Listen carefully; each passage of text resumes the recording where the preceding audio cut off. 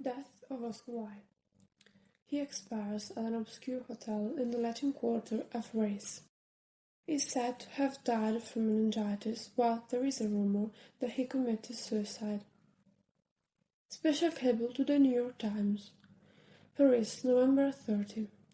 Oscar Wilde died at 3 o'clock this afternoon in the Maison de Perrier, Rue de Bezot in the Latin Quarter. It is a small, obscure hotel at which Wilde has been living for several months under the name of Mammoth.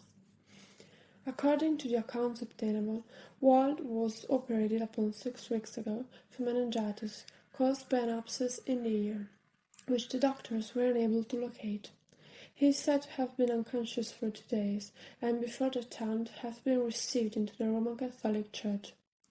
Lord Arthur Douglas was with him when he died. The journal says, however, that it is rumored that Wilde committed suicide. Wilde will be buried in this city on Monday. Oscar Wilde was born in Dublin, 1856. He was the son of Sir William Robert Willis Wilde, surgeon oculist to Queen Victoria, antiquarian statistician, and man of letters, and of Jane Francesca, Lady Wilde, who achieved considerable reputation as a poetess. Oscar Wilde's first schooling was at the Portugal Royal School, Enniskillen, and later he studied at Trinity College, Dublin, and at Magdalen College, Oxford University. The brilliancy of his parents was transmitted to him. At Trinity College, he won the Berkeley Gold Medal for Greek, and he won many class honours at Oxford, chief among them being the Newdigate Prize with a poem entitled Ravenna. In 1878, he went to London and soon became a celebrity through the aesthetic fad which he started. His craze for aestheticism was accompanied by eccentricity of dress, which soon made him one of the most talked about persons in London. He dressed himself in black velvet, with knickerbockers and black silk stockings, and he wore sunflower. He was caricatured by Du Maurier in Punch and satirized by Gilbert in Patience. In Punch he was labelled Postlewhite, impatient Bunhorn. The advertising he received was just what he wanted. He took advantage of it to effect a contract for a lecture tour in America. The tour was not a success he had anticipated, but he made some money out of it. On his return to England, Wilde dropped all his eccentricities of dress, but his other affectation became greater than ever. In the highest social circles of London to which he had entered, he was regarded as brilliant conversationist and poseur. Wilde's first published book was his Newdigate Prize poem, printed in 1879 and well received by the reviewers. After his return from the United States, he applied himself industriously to literary work. The most popular of Wilde's books was The Picture of Dorian Gray, which has had an immense sale, both in the United Kingdom and this country.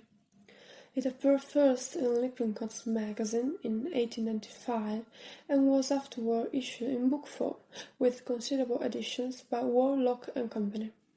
After the famous trial, the London publishers withdrew it from circulation, although inundated with orders for copies. Among literary people, Intentions, published in 1894, is regarded as Wilde's finest prose work. It is a collection of essays, and though full of the author's favorite paradoxes, contains much art criticism which shows evidences of careful thought.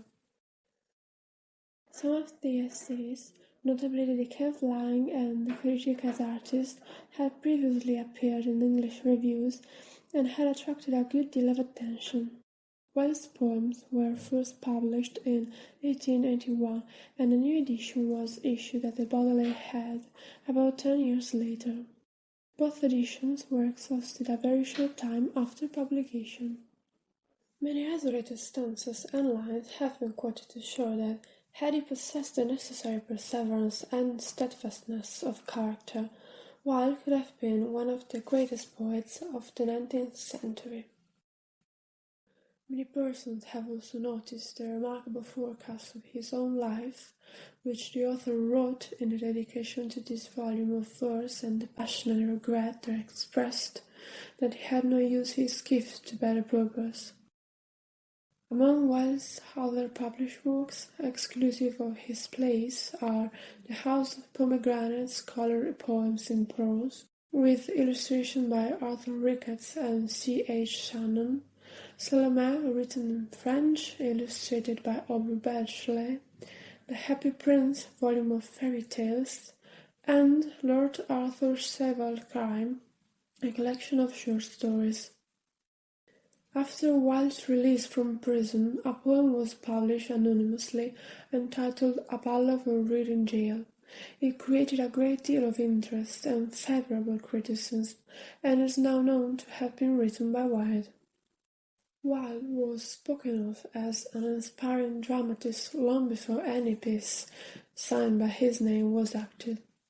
His Salome was cast in the dramatic form, and Guido Ferranti, a tragic piece briefly acted here by Lawrence Barrett, was reputed to be his work.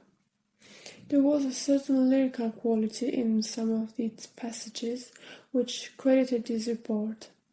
His first acknowledged play, however, was Lady Windermere's Fan, produced by George Alexander at the St. James Theatre in London in 1893, and acted here soon afterward at the Warlocks, then Palmers, without setting the town ablaze. There was much verbose matters in this piece, and it was no strong accusation against its merit to say that its plot was antique and its stagecraft insufficient, but its insincerity and diffusiveness were not to be denied. After the first performance in London, Wilde appeared on the stage of the St. James smoking a cigarette, and responding to a call that was not altogether friendly with imperturbable good humour and assurance. This served its purpose in giving the piece a unique advertisement. His next play, A Woman of No Importance, was acted first at the London Haymarket, under Beethoven III's direction, and New York at the Fourth Avenue Theatre, with Rose Coughlin in the principal role. It was indeed a play of no importance, and Miss Coughlin wisely employed her famous brother Charles to patch it up and lend it some sort of theatrical value. The importance of being earnest, frankly averse, and full of nimble wit, on the other hand, missed a long run at the Empire Theatre because it was too dainty and fragile to suit the taste and understanding of the ordinary theatre-goer, and An Ideal Husband, admirably acted by the Foreman's company at the Lyceum, while it made no one's fortune and lacked vigorous dramatic spirit, was a clever piece of work which aroused the critical admiration of W. D. Howells. Lately, various plays, signed by authors, have been credited by presumably malicious gossips to the pen of Wilde.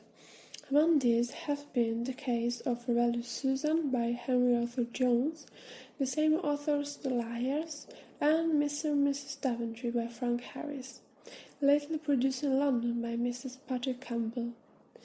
But no sensible person has ever permitted himself to believe such yarns. Men of the literary standing and ability of Mr. Jones and Mr. Harris do not sign their names to the work of others for any reason. As a dramatist, Wilde was hampered by his utter lack of sincerity and his inability to master the technical side of playwriting. But his wit, his pleasant literary facility, and his droll views of life made some of his plays rather effective with limited audience. It was in 1893 that the great scandal broke which ruined Wilde. It came about through an action brought by the Marquis of Queensberry, whose motive was the protection of his son, Lord Alfred Douglas, over whom Wilde had exercised an evil influence. The evidence at Wilde's trial shocked the civilized world and covered him with disgrace which it was not possible for him to outlive. He was sentenced to prison for a term of years. At the expiration of his sentence, he quitted England. It was later learned that he had settled in Paris.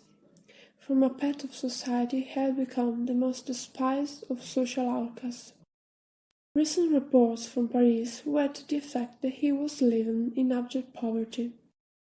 In 1884, Wilde was married to Constance, daughter of Horace Lloyd, barrister. They had two children, Cyril and Vivian, both of whom survived.